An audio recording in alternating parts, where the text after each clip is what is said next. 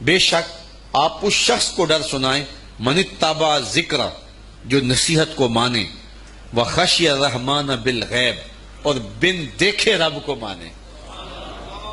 یار جب کوئی دیکھ لے، سامنے آنکھوں کے آ جائے، تو پھر تو وہ فرعون نے بھی کہا تھا نا آمنت برب موسیٰ، میں موسیٰ کے رب پر ایمان لایا ہوں۔ تو دیکھ کے یہ تو بدبخت ایسے تھے، چاند ٹکڑے ہوتے دیکھا پھر بھی نہ مانا، اور مدینے والوں نے کچھ بھی نہ دیکھا، کہا ہم جانے وار دیں گے آپ کے نام پہ۔ تو کہا کہ محبوب وہ تیری راہیں تک رہے ہیں، وہ تیرا انتظار کر رہے ہیں، اور وہ بن دیکھے مان رہے ہیں۔ اللہ اکبر، الذین یؤمنون بالغیب، بن دیکھے انڈٹھے جو سودے کرتے ہیں۔ بڑا معروف نام ہے بہلول کا، مجاذیب میں تھا۔ مجذوب وہ ہوتا ہے کہ تجلیات کے وفود سے جس کا چراغ عقل ٹوٹ جائے، بجھ جائے، جس کا شیشہ عقل ٹوٹ جائے، اس کو مجذوب کہتے ہیں، لیکن اللہ کی قربت کے سائے میں وہ رہتا ہے۔ اقبال نے بھی کہا کہ نہ پوچھ ان خرقہ پوشوں کی، ارادت ہو تو دیکھ ان کو، ید بیضا لیے بیٹھے ہیں اپنی آستینوں میں، تمنا درد دل کی ہو تو کر خدمت فقیروں کی، نہیں ملتا یہ گوہر بادشاہوں کے خزینوں میں۔ رب اشعث اغبر مدفوع بالابواب لو اقسم علی اللہ لابر، بہت سارے لوگ کہ ان کے بال بکھرے ہوئے، حالت پراگندہ، تمہارے دروازے پہ ہیں، تم دھکا دے دو، بابا پرے چلا جا، لیکن فرمایا کبھی انہیں چھیڑنا بیٹھنا، اللہ کے نام پہ قسم ڈال دیں تو اللہ پوری کر دیتا ہے۔ ایسے لوگ بھی، یہ بخاری کی روایت ہے جو میں آپ کے سامنے پیش کی ہے۔ رب اشعث اغبر مدفوع بالابواب لو اقسم علی اللہ، اگر اللہ پہ کوئی قسم ڈال دیں، لابر، اللہ پھر پوری کرتا ہے، ان کی لاج رکھتا ہے پھر وہ، کیونکہ بندے جو اس کے ہوتے ہیں۔ بغداد کا بازار تھا، اور ایک حلوائی جو ہے وہ صبح صبح اپنی دکان سے جا رہا تھا کہ ایک فقیر آ نکلا، لکڑی کے کھڑاؤں اس نے پہنے ہوئے تھے، تو کہا بابا جی آؤ ذرا بیٹھو، تو اس نے گرم گرم دودھ نکال کر کے بابا جی کو پیش کیا۔ صبح کا موقع تھا، اس نے پیا اور اللہ کا شکر ادا کیا، اور اس کو بھی کہا تیرا بھی شکریہ، اور فقیر آگے چل پڑا۔ بازار کا منظر تھا، آگے ایک فاحشہ عورت اپنے دوست کے ساتھ، اپنے یار کے ساتھ سیڑھیوں پر بیٹھ کے موسم کا لطف لے رہی تھی۔ یہ آج کل جس طرح ہلکی ہلکی بوندا باندی ہو تو جی چاہتا نا کہ باہر آئیں اور منظر دیکھیں، تو ساون کی رت لگی ہوئی تھی، ہلکی ہلکی بوندا باندی تھی، تو سیڑھیوں پہ بیٹھ کے وہ موسم کا لطف لے رہے تھے کہ یہ فقیر اپنی موج میں بازار سے گزرا، تو لکڑی کے کھڑاؤں تھے، کیچڑ اڑ کے کبھی دائیں گرتا تھا کبھی بائیں گرتا تھا، ایک چھینٹا اڑا اور اس عورت کے لباس پہ جا گرا۔ اس کے پاس اس کا بیٹھا ہوا جو یار تھا اسے بڑا غصہ آیا، اٹھا اور آ کے فقیر کے منہ پہ تھپڑ مارا۔ فقیر بنے پھرتے ہو، چلنے کی تمیز بھی نہیں ہے، قیمتی لباس ضائع کر دیا۔ فقیر نے آسمان کی طرف دیکھا اور ہنس کے کہا مالک تو بھی بڑا بے نیاز ہے، کہیں سے دودھ پلواتا ہے کہیں سے تھپڑ مرواتا ہے۔ حضرت داتا گنج بخش علی حجویری کشف الماجوب میں لکھتے ہیں فقیر اتنی دیر تک فقیر نہیں بنتا جب تک خدا کی رضا پہ راضی نہیں ہو جاتا۔ بلیا لوکی تینوں کافر کافر آکھن تو آہو آہو آکھ، جب تک یہ کیفیت نہیں ہو جاتی فقیر فقیر نہیں بنتا۔ کہا مالک تیری بھی عجیب شان ہے، کہیں سے دودھ پلواتا ہے کہیں سے تھپڑ مرواتا ہے۔ یہ کہہ کے فقیر آگے چل پڑا۔ وہ عورت چھت پہ جانے لگی تو پاؤں پھسلا سیڑھی سے تو سر کے بل گری، چوٹ کوئی ایسی آئی کہ موقع پہ فوت ہو گئی۔ شور مچ گیا کہ فقیر نے کوئی بد دعا دی تھی آسمان کی طرف منہ کر کے، تو یہ قیمتی جان چلی گئی۔ فقیر ابھی بازار کے دوسرے کونے تک نہیں پہنچنے پائے تھے کہ پکڑ لیے گئے۔ لوگوں نے کہا فقیر بنے پھرتے ہو، حوصلہ بھی نہیں رکھتے ہو، کیا ہوا میاں؟ کہا تم نے بد دعا دی اور عورت کی جان گئی۔ کہا واللہ میں نے تو کوئی بد دعا دی تھی۔ کہا نہیں، تیری بد دعا کا کیا دھرا ہے، لوگوں نے جو ہے وہ ضد کی کہ تو نے کوئی بد دعا دی تھی تب ایسا ہوا ہے۔ جب لوگوں نے ضد کی نا، اس نے کہا اگر سچی بات پوچھتے ہو نا تو میں نے بد دعا کوئی نہیں دی، یہ اصل میں یاروں یاروں کی لڑائی ہے۔ کہا وہ کیا؟ کہا جب میں گزر رہا تھا تو میرے پاؤں سے چینٹا اڑا، اس عورت کے لباس پہ پڑا تو اس کے یار کو غصہ آیا، اس نے مجھے مارا، پھر میرے یار کو بھی غصہ آ گیا۔ تو کہا رب اشعث اغبر مدفوع بالابواب لو اقسم علی اللہ لابر۔ اولاد کی تربیت ہمارے ذمہ لازم ہے، اور اس تربیت کا بہترین ذریعہ ہماری اپنی تربیت ہے۔ اولادیں ہماری گفتگو کو تھوڑا، ہمارے عمل کو زیادہ قبول کرتے ہیں۔ آج لوگ ہمارے پاس آتے ہیں جی ہمارا بچہ نماز نہیں پڑھتا، چلو ہم نہیں پڑھتے یہ تو پڑھے، تو میں کہتا ہوں یہ کیوں پڑھے؟ جب تم مصلی بچھاؤ گے تو یہ بھی بچھائے گا۔ تو ہم نے اپنے عمل سے اپنی اولاد کو جو ہے وہ سیدھا کرنا ہے اور ان کو درست راستے پہ لانا ہے۔ بالخصوص بچے جب چھوٹے ہوتے ہیں اس وقت وہ ماں باپ کی بات کو غور سے سنتے ہیں، انہیں ماں باپ سے بہت زیادہ محتاجی ہوتی ہے، ضرورت مند ہوتے ہیں اور ماں باپ کی عادات کو کاپی کرتے ہیں، اور عموماً ہم بچوں کو اس عمر میں توجہ نہیں دیتے۔ 4 سال سے لے کر کے 8-9 سال تک کی عمر کا بچہ انتہائی توجہ کا مستحق ہے کہ ماں بھی توجہ دے، باپ بھی توجہ دے۔ اس کے بعد پھر آہستہ آہستہ وہ مانوس ہونے لگتا ہے اپنے دوستوں سے، اور بالخصوص 12-13 سال کے بعد وہ مانوس ہو جاتا ہے اپنے دوستوں سے۔ پھر اس نے جو سیکھنا ہے وہ دوستوں سے سیکھتا ہے۔ اگر دوست اچھے ہوں گے وہ اچھائیاں سیکھ جائے گا، اگر دوست برے ہوں گے تو وہ برائیاں سیکھ جائے گا۔ اس وقت ہم پریشان ہوتے ہیں کہ ہماری اولاد ہمارے پاس بیٹھتی نہیں ہے۔ اصل اس کی اب بیٹھنے کی عمر نہیں رہی، کیونکہ وہ تمہارے ہم عمر نہیں ہے کہ تمہارے ساتھ بیٹھیں، اور اب وہ بچے بھی نہیں رہے تو وہ اپنی ہم عمر نسل کو تلاش کریں گے۔ اس وقت ہم اگر اولاد کو کھینچیں گے تو وہ ہمارے پاس نہیں آئے گی۔ وقت جو تھا وہ ہم نے ضائع کر دیا۔ لیکن ہمیں پھر بھی اس دور میں اولاد سے غافل نہیں ہونا چاہیے۔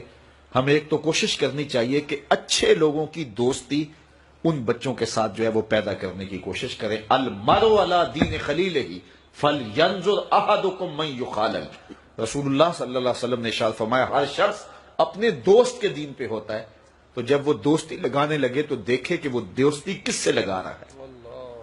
تو جب یہ عمر بچوں کی پہنچ جائے تو اس وقت یہ خیال کیا جائے۔ اور حضرت سیدنا علی المرتضی رضی اللہ تعالی عنہ نے فرمایا کہ 15 سال سے لے کر کے 20 سال تک کی عمر انتہائی اہم عمر ہے، اور اس عمر میں ہی نظریات بنتے ہیں اور خیالات پختہ ہوتے ہیں۔ تو جس نے اس عمر کو سنبھال لیا اس نے اپنی زندگی سنوار لی، اور جس کی یہ عمر بگڑ گئی اس کا سب کچھ بگڑ گیا۔ اس وقت میرے خیال کے مطابق 15 سے 20 سال تک کی اس عمر کو دوست بھی نہیں اتنا بگاڑ سکتے، معاشرہ بھی اتنا نہیں بگاڑ سکتا۔ اس عمر کو اس وقت سب سے زیادہ جو چیز بگاڑ رہی ہے وہ ہمارا سوشل میڈیا ہے، ہمارا الیکٹرانک میڈیا ہے، اور یہ موبائل جو ہر بچے کے ہاتھ میں آ گیا ہے۔ تو کم از کم 15 سال سے لے کر 20 سال تک کی عمر کے بچوں کو آپ موبائل لے کر نہ دیں، اور انتہائی ضرورت پر ان کو استعمال کرنے کی اجازت دیں۔ باقی ان کو اس عمر کے اندر اگر آپ نے اجازت فراہم کر دی اور وہ آپ کے کہے میں نہ رہے تو یہ ایسی بربادی ہے، ایسی تباہی ہے کہ جس کا ازالہ بعد میں بہت مشکل ممکن ہوگا۔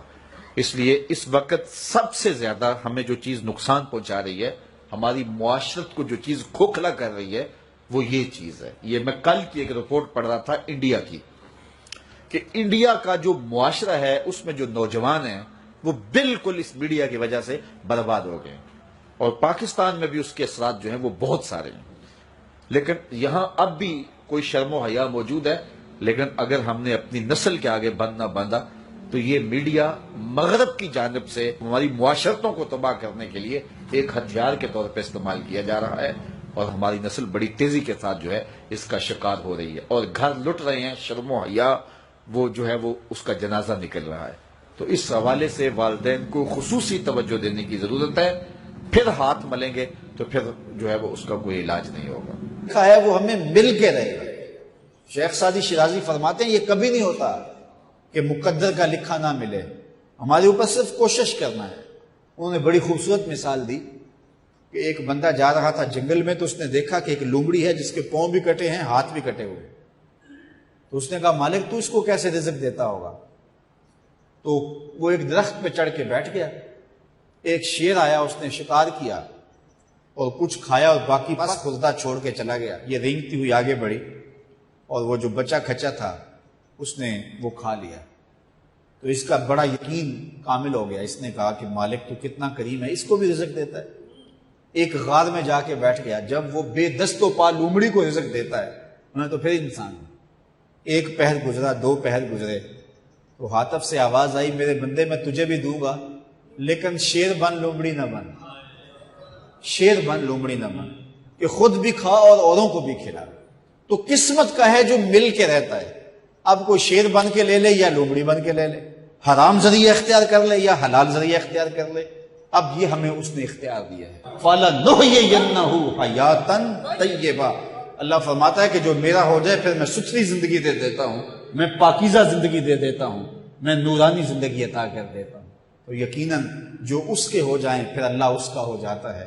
فَلَنُحْيِيَنَّهُ حَيَاتًا طَيِّبَةً کا روپ چڑھتا ہے ان کے چہرے کے اوپر، زندہ ہوتے ہیں تو خوبصورت زندگی گزارتے ہیں، اور جب اس دنیا سے جاتے ہیں تو پھر بھی خوبصورت زندگی گزارتے ہیں۔ اللہ تعالی ہمیں ایسا کر دے کہ مرنے کے بعد بھی ہمارے چہرے پہ رسول اللہ کے انوار کا عکس نمایاں ہو، اور دنیا کی زندگی میں رہیں تو ہم طمانیت کی زندگی، سکھ اور چین کی زندگی گزاریں۔ صبح سے لے کر شام تک ٹینشن، مصیبت، پریشانیاں، کیا ضرورت ہے اتنا کچھ لینے کے لیے؟ درود پڑھتے جاؤ، زندگی گزارتے جاؤ، زندگی سوکھی گزارو، زندگی اوکھی نہ گزارو، جو اللہ نے دے دیا اس پہ راضی ہو جاؤ، بس ٹھیک ہے۔ اگر کوئی لوگ تمہیں گالیاں دیتے ہیں، برا کہتے ہیں، کوئی بات نہیں، بلیا لوکی تینوں کافر کافر آکھن، تو آہو آہو آخ۔ کوئی تکلیفیں دیتا ہے پھر بھی پریشان نہ ہو، رزق تھوڑا ہے تب بھی پریشان نہ ہو، زیادہ ہے پھر بھی ٹینشن نہ لو، اللہ کا شکر ہے، اللہ نے جس حال میں رکھا ہے۔ اور سنو، میں کہتا ہوں کہ یہ ٹینشن فری حدیث ہے۔ حضرت علی المرتضیٰ فرماتے ہیں جو اللہ کے دیے گئے تھوڑے رزق پہ راضی ہو گیا، اللہ قیامت کے دن اس کے تھوڑے عملوں پہ راضی ہو جائے۔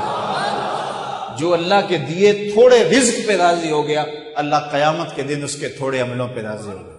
تو خوش نصیب ہیں وہ لوگ جو اپنی زندگی کو اللہ کی رضا میں گزارتے ہیں اور اپنی آخرت کو بھی اس کی رضا کے سائے میں لے جاتے ہیں۔ اللہ تعالیٰ مجھے آپ کو اپنی رحمتوں کے سائے میں رکھے، دنیا آخرت کی بہاریں نصیب فرمائے۔ آقا کریم علیہ السلام کی مجلس نور سجی ہے۔ حضرت انس بن مالک رضی اللہ تعالی عنہ روایت کرتے ہیں، ایک شخص آیا اور حضور کی خدمت میں عرض گزار ہوتا ہے، متی الساعہ یا رسول اللہ، اے پیارے رسول صلی اللہ علیہ وسلم، قیامت کب آئے گی؟ اگر ایک طالب علم پوچھ رہا ہو کہ استاد جی امتحان کب ہوں گے، تو اس کا مطلب صاف صاف یہ ہے کہ اس نے بھرپور تیاری کر رکھی ہے اور بے چینی سے اسے امتحانات کا انتظار ہے۔ تو اس نے کہا متی الساعہ، قیامت کب آئے گی؟ تو حضور نے اس کو جو جواب دیا، فرمایا ما عادت لہا، قیامت کا پوچھ رہے ہو، اس کے لیے تیاری کیا کر رکھی ہے؟ تو شخص کا جواب سنیے، اس نے عرض کی ما عادت لہا من کثیر صلاۃ ولا صوم ولا صدقہ ولکن احب اللہ ورسولہ، میں قیامت کی تیاری کے لیے نمازوں، روزوں اور صدقات کی کثرت نہیں رکھتا۔ بعض ہمارے خطبہ جوش خطابت میں کہہ دیتے ہیں کہ اس نے کہا کہ یا رسول اللہ، نہ میں نمازیں پڑھی ہیں نہ میں روزے رکھے ہیں۔ یہ کیسے ہو سکتا ہے کہ ایک صحابی رسول ہو اور وہ نماز نہ پڑھتا ہو اور وہ روزے نہ رکھتا ہو؟ اس نے روزوں اور نمازوں کی کثرت کی نفی کی ہے۔ لفظ جو حدیث کے ہیں وہ یہ ہیں، اس نے کہا ما عادت لہا من کثیر صلاۃ ولا صوم ولا صدقہ، میرے پاس نمازوں اور روزوں اور صدقے کی کثرت نہیں ہے۔ اس بات پہ مجھے کوئی تیاری کی صورت میں ناز نہیں ہے کہ میرے پاس بہت ساری نمازوں کا ذخیرہ ہے، صدقات میں نے بہت سارے کیے ہیں، لیکن جو میری تیاری ہے وہ یہ ہے ولیکن احب اللہ ورسولہ، میں اللہ اور اس کے رسول سے پیار کرتا ہوں، میری بس یہی تیاری ہے۔ تو اس جواب پر حضور علیہ السلام نے جو ارشاد فرمایا وہ سننے کے قابل ہے۔ آقا کریم علیہ السلام نے ارشاد فرمایا انت مع من احببت، تو جس کے ساتھ محبت کرتا ہے اسی کے ساتھ ہوگا۔ اب حضرت انس بن مالک رضی اللہ تعالی عنہ اپنی رائے دیتے ہیں، فرماتے ہیں فما فرحنا بے قول نبی صلی اللہ علیہ وسلم انت مع من احببت، کہتے ہیں ایمان لانے کے بعد زندگی میں کبھی اتنی خوشی نہیں ہوئی تھی جتنی خوشی اس قول کو سن کے ہوئی کہ حضور علیہ السلام نے فرمایا کہ تم اس کے ساتھ ہوگے جس سے محبت کرتے ہو۔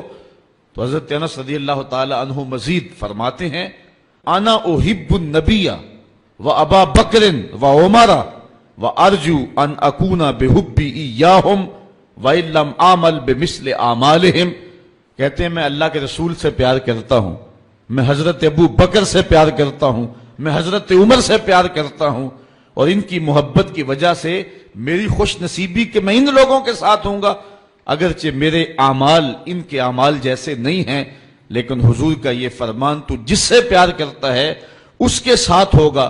فرماتے ہیں کہ پھر ہماری خوشی کی انتہا نہ رہی، اور ایمان لانے کے بعد صحابہ سب سے زیادہ اگر کسی قول پہ خوش ہوئے ہیں، کسی بات پہ بہت زیادہ انہیں فرحت ہوئی ہے، تو وہ اس بات پہ فرحت ہوئی ہے کہ حضور نے ارشاد فرمایا انتا ما من احببتا، تو اس کے ساتھ ہوگا جس کے ساتھ نہیں اب تھمنا نہیں، فردوس میں جا کر دم لینا، آفاق کے ہر ہر گوشے میں قرآن سنا کر دم لینا، اب رکنا نہیں اب تھمنا نہیں۔